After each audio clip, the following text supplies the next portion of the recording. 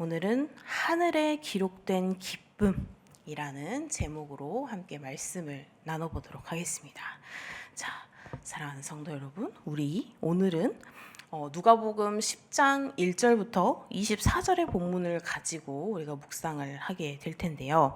이 본문은 예수님께서 70명의 제자들을 이제 보내시면서 그들에게 복음 전파의 사명을 부여하시는 그런 장면입니다.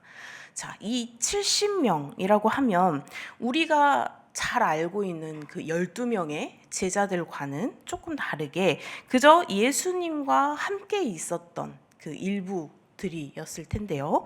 자, 그렇다면 예수님께서는 왜 이들을 부르셨을까요? 그래서 이 본문을 통해서 우리가 어떤 교훈을 얻을 수 있을지, 어떠한 말씀을 우리에게 또 해주시고 있는지를 함께 살펴보도록 하겠습니다. 자, 우리가 오늘 이 말씀을 통해서 복음 전파의 중요성, 그리고 우리의 기쁨이 어디에 있는지, 그리고 하나님의 나라가 어떻게 이 땅에 임하는지에 대한 굉장히 중요한 가르침을 예수님께서 말씀을 해주고 계십니다. 그래서 우리 모두가 이 예수님의 제자로서, 우리 또한 예수님의 제자로서 어떤 삶을 살아야 하는지 다시 한번 우리가 점검할 수 있는 그러한 시간이 되시기를 바랍니다. 자, 누가복음 10장의 첫 번째 부분을 보시면 예수님께서 70명의 제자들을 보내시면서 복음을 전하는 그런 사명을 부여하시죠. 자, 이 장면에서 제자들이 선택받은 그 이유와 그들에게 주어진 그 사명이 무엇인지를 살펴보겠습니다. 자, 예수님께서는 이 제자들에게 자신이 보내는 사명이 단순한 여행이나 개인적인 목적 이런 것들이 아니라 하나님의 나라를 도래를 알리는 그러한 굉장히 중요한 임무라는 점을 하나님께서 분명히 말씀을 하고 계시죠. 그래서 예수님께서 제자들에게 이렇게 말씀을 하십니다. 3절입니다. 같이 읽겠습니다. 시작. 갈지어다 내가 너희를 보냄이 어린 양을 이리 가운데로 보냄과 같도다. 네. 이 구절은 복음을 전하는 일이 단순히 그냥 좋은 환경에서 좋은 거 먹고 좋은 곳에서 자면서 쉽고 편하게 전한다는 내용이 아니죠. 너희들이 가는 데가 지금 내가 어린 양을 이리한테 보내는 것과 같다. 자, 이리는 어린 양을 어떻게 하죠? 같이 이렇게 잘 왔어 어린 양아 이렇게 토닥토닥 해주는 게 아니라 오, 그렇지. 내 한입거리, 나의 점심거리, 이렇게 1위는 어린 양을 잡아먹는 그런 상황이죠. 근데 예수님께서 말씀하시기를 그런 곳에 내가 너희를 보내는 것 같다, 어린 양을. 자, 이렇게 말하는 것은 그 자체가 굉장히 위험하고 고난을 받을 것이다. 그러한 자리임을 예수님께서 말씀을 하고 계시고 그것들이 동반되는 일이다라는 것을 예수님께서 말씀을 해주시고 계시죠. 그런데 그럼에도 불구하고 예수님께서는 이 제자들에게 너희를 어린 양을 이리 가운데 보내는 것 같다라고 하시면서도 그들에게 반드시 그들이 해야 할 일을 명확하게 이야기를 하고 계십니다. 자, 복음을 전하는 일은 이렇게 환호를 받는 일이 아니었고요. 고난과 역경을 감수해야 하는 일임을 알게 하셨죠. 자, 그럼에도 불구하고 이 제자들은 이 사명을 기꺼이 받아들입니다. 저 예수님 절대 거기 못 가겠는데요. 저 잡아먹히는 거 너무 무서운데요. 그런 게 아니라 예수님께서 말씀을 하시기에 순종을 하죠. 그래서 그들이 하나님의 나라가 임할 때 그 길을 여는 중요한 사역을 그들이 감당하게 된 것이죠. 또 예수님께서는 이 제자들에게 물질적인 준비나 개인적인 보호 장치를 요구하지 않으십니다. 요즘 우리가 캠핑 아시죠? 캠핑을 자주 그리고 즐겨이 가는 분들이 계셔요. 저 또한 캠핑을 굉장히 좋아하기에 아주 많은 장비들을 이렇게 조금씩 구매를 하다 보니 그렇게 우리가 단지 1박 2일 그런 조그만한 곳에 캠핑을 가더라도 어마어마한 장비가 아닌가요? 저만 어마어마한 장비인가요? 그런 장비들을 가지고 우리가 그렇게 가는데 하물며 여기는 그 험난한 고난과 역경이 예약되어 있는 그런 곳을 감에도 불구하고 예수님께서는 그 어떠한 것도 챙기지 말아라 라고 말씀을 하고 계시죠. 그래서 두 사람씩 한 집에 들어가기를 거절하지 말고 거기서 평화를 전하라고 말씀을 하시면서 오직 하나님의 인도와 은혜만을 의지하며 나아가라 라고 말씀을 하십니다. 그래서 이 제자들을 보내실 때 그들은 자신의 능력이나 자원에 의지하는 것이 아니라 캠핑을 갈 때 바리바리 싸가지고 많이 그렇게 가져가는 것이 아니라 오직 하나님만을 신뢰하면서 나아가야 하는 존재들이다라는 것을 다시 한번 상기시켜 주시는 것이죠. 그래서 예수님께서는 이 제자들에게 모든 것을 하나님께 맡기고 그 가는 길마다 하나님의 평화가 그곳에 임하기를 기도하며 복음을 전하라고 명령을 하십니다. 이 복음을 전파하는 그 일에서 중요한 것은 사람들이 그 메시지를 어떻게 받아들이느냐가 아니라 그 메시지가 전해지는 바로 그 자체입니다. 우리가 씨앗의 이야기를 했듯이 모든 어느 곳에서든 씨앗은 뿌려져야 된다는 거죠. 뿌려지지만 그것을 받는 것은 그 길이 어떤 길인지 우리가 마음의 문을 닫고 있든지 열고 있든지 환영하든지 그것들은 이제 그 길의 문제이고 일단 이 씨앗이 뿌려져야 한다는 것입니다. 그래서 예수님께서는 일단 씨앗을 뿌려라. 그것이 바로 너희의 힘으로가 아니라 하나님께 기도하며 하나님의 은혜로서 그 씨앗을 뿌려라 라고 말씀을 하고 계시죠. 이것은 단순히 이 제자들에게 하는 인사말이 아니라 하나님의 그 구속 사역을 알리는 그 복음 자체가 평화의 메시지라는 것을 의미합니다. 그래서 하나님의 나라가 임하였음을 알리는 이 복음은요, 모든 사람에게 평안을 주는 것이며 이것을 통해서 사람들은 바로 하나님의 구원을 얻는 새로운 삶을 시작하게 되는 것입니다. 그럼에도 불구하고 이 복음이 거절당할 수도 있다라는 사실을 예수님께서 이미 예고하시죠. 그것이 받아들이는 것이 중요한 게 아니라 일단 말씀을 전하는 게 먼저다라고 말씀하신 것처럼. 그래서 예수님께서 만약 복음을 거절하는 마을이 있다면 그들에게 심판이 임할 것이다 라고 말씀을 하십니다. 복음을 거절하는 것은 단순히 개인의 선택이 아니라 이 하나님의 나라에 대한 반응이고 그리고 그 선택은 영원한 결과를 가져올 수 있다라는 것을 예수님께서는 경고하고 계시죠. 이 부분에서 우리는 이 복음을 전하는 사역이 때로는 거부당하고 때로는 어렵고 험난한 그런 길이 될 수 있음을 우리는 깨달을 수 있게 됩니다. 그러나 예수님께서는 이 일이 나의 뜻이 아니라 바로 하나님의 뜻이요. 그리고 그 뜻을 이 땅에서 이루어가는 굉장히 중요한 일임을 분명히 하고 있습니다. 우리도 이 말씀을 기억하면서 우리가 그 맡은 사명을 다할 때 우리의 기쁨이 결과나 성과에 있지 않고 그저 하나님의 뜻을 이루어가는 그 자체에 있음을 우리 또한 알아야 할 것입니다. 자, 제자들이 이제 예수님의 명령을 따라서 17절에 이제 복음을 전하고 돌아오죠. 돌아올 때 그들은 큰 기쁨에 차서 예수님께 보고를 합니다. 그들이 주님의 이름으로 귀신도 우리에게 복종하더이다라고 말을 하죠. 그러면서 자신들이 이제 경험했던 놀라운 일들을 이제 우리 아이들이 밖에 나갔다가 신나는 일이 있으면 집에 돌아와서 부모님한테 제잘제잘 이야기하듯이 제자들도 지금 예수님께 너무 신난 거예요. 그런 사역을 했을 때 귀신들이 자기들의 말에도 복종을 했다. 그러면서 이제 제잘제잘 이야기를 하는 거죠. 그렇게 말하면서 자신들의 이제 그 경험한 그런 놀라운 일들을 기뻐합니다. 그래서 제자들이 이 전한 복음이 실질적으로 그들에게 어떠한 능력을 주었고 그 능력은 귀신을 쫓고 그리고 병을 고치며 하나님의 나라가 임한 증거들을 열심히 이야기를 하고 보여주었죠.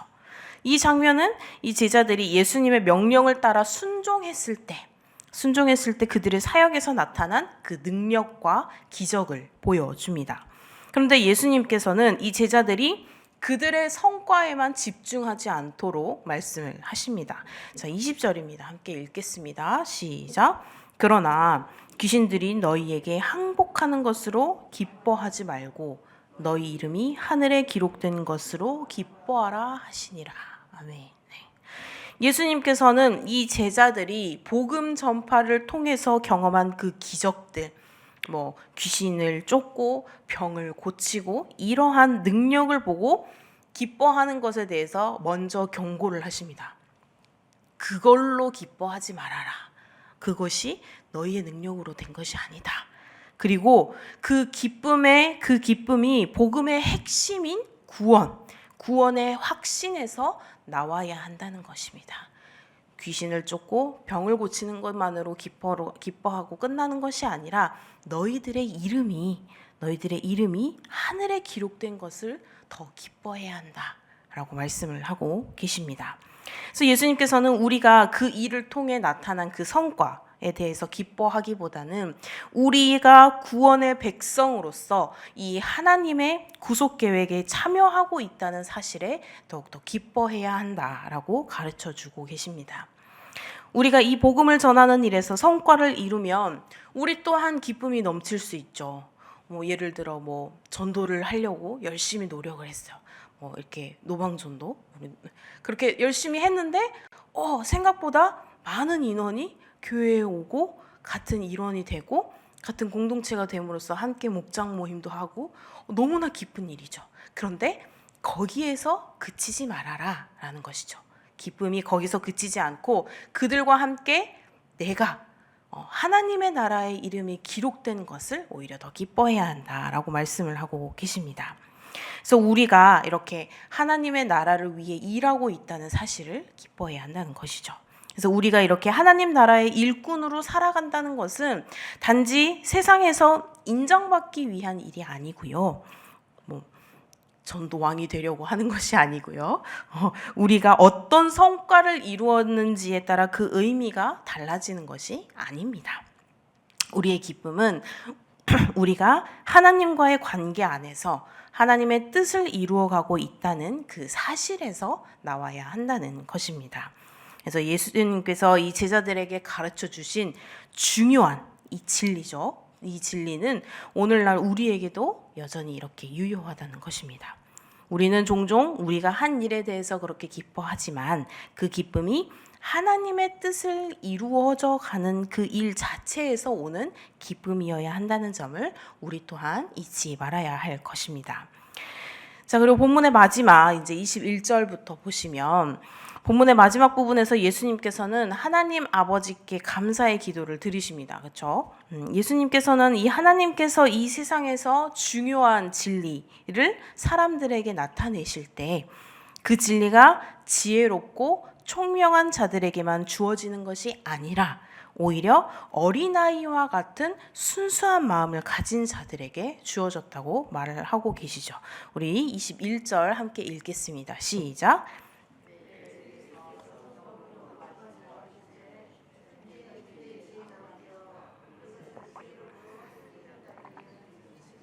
어린아이들에게는 나타내심을 감사하나이다. 올소이다. 이렇게 된 것이 아버지의 뜻이니이다. 네. 이 구절은 하나님의 은혜가 사람의 능력이나 지혜에 따라서 주어지는 것이 아님을 명확하게 보여줍니다. 하나님께서는 이 인간의 능력이나 조건에 의지하지 않으시고 그분의 뜻을 이루시기 위해서 사람들을 선택하고 계십니다. 그래서 예수님께서는 제자들에게 하나님의 나라가 이 땅에 임하고 있다는 사실을 알려줌과 동시에 이 사실을 아는 것이 얼마나 큰 은혜인지를 강조하십니다. 그래서 하나님은 이 세상에서 지혜롭고 총명하다고 여겨지는 자들만을 통해서 그 뜻을 이루시지 않으시며 오히려 어린아이와 같은 그런 순수한 믿음을, 순수한 마음을 가진 자들에게 그 진리를 더욱더 드러내신다는 것이죠. 자, 이 부분에서 우리는 하나님의 은혜와 그 하나님의 선택의 방식에 대해서 다시 한번 겸손해져야 할 필요가 있겠습니다.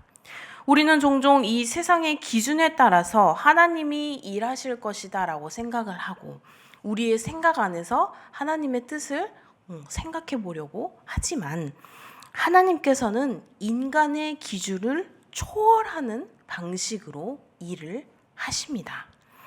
하나님께서는 우리가 생각할 수 있는 이 방식보다 더 크고 더 놀라운 방법으로 그분의 뜻을 이루시며 그리고 하나님의 그 은혜를 우리가 경험할 수 있도록 인도해 주십니다. 예수님께서는 제자들에게 이 진리를 명확하게 보여주면서 우리가 하나님의 뜻을 이루어가는 그 과정에서 겸손한 마음을 유지해야 한다라는 것을 또한 가르쳐주고 계십니다. 자, 사랑하는 성도 여러분, 오늘 이 말씀을 통해서 우리는 예수님께서 제자들에게 주신 그 사명, 그리고 그들이 경험한 기쁨, 그리고 하나님의 은혜에 대해서 우리를 더욱더 깊이 묵상하는 시간이 되셨길 바랍니다.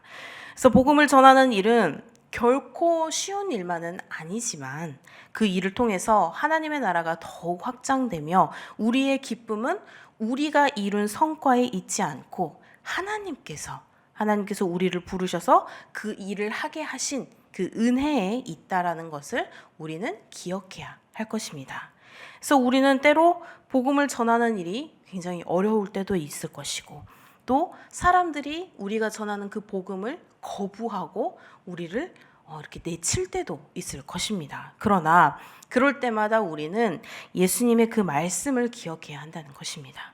복음을 전하는 일에서의 기쁨과 그리고 우리의 사명이 이렇게 결코 쉬운 일은 아니지만 하나님께서 우리를 부르셔서 그 일에 참여하게 하셨다라는 그 사실이 우리에게 가장 큰 기쁨이 되어야 할 것입니다. 그래서 하나님의 나라가 이 땅에 임하는 그 중요한 사역에 우리가 참여하고 있다는 사실은 우리의 삶 또한 변화시키고 그 일을 하는 과정에서 마주하는 그 모든 고난과 그 어려움 속에서도 우리에게 참된 기쁨을 주는 그런 원천이 되어야 할 것입니다. 그리고 우리의 그 기쁨은 우리가 이루어낸 일이 아니라 우리의 성과가 아니라 우리가 하나님의 나라를 위해 부른 자들임을 우리가 아는 것입니다. 그래서 우리 각자가 하나님의 뜻을 이루어가는 그 도구로서 언제나 겸손한 마음으로 주님을 따르며 하나님 나라를 이 땅에 이루어가는 그 일을 기쁨으로 감당해 가시기를 함께 우리가 소망하고 함께 기도함으로 함께 감당해 가시기를 주님의 이름으로 소망합니다. 기도하시겠습니다. 주님, 오늘 하루도 말씀으로 시작하게 하시니 감사드립니다.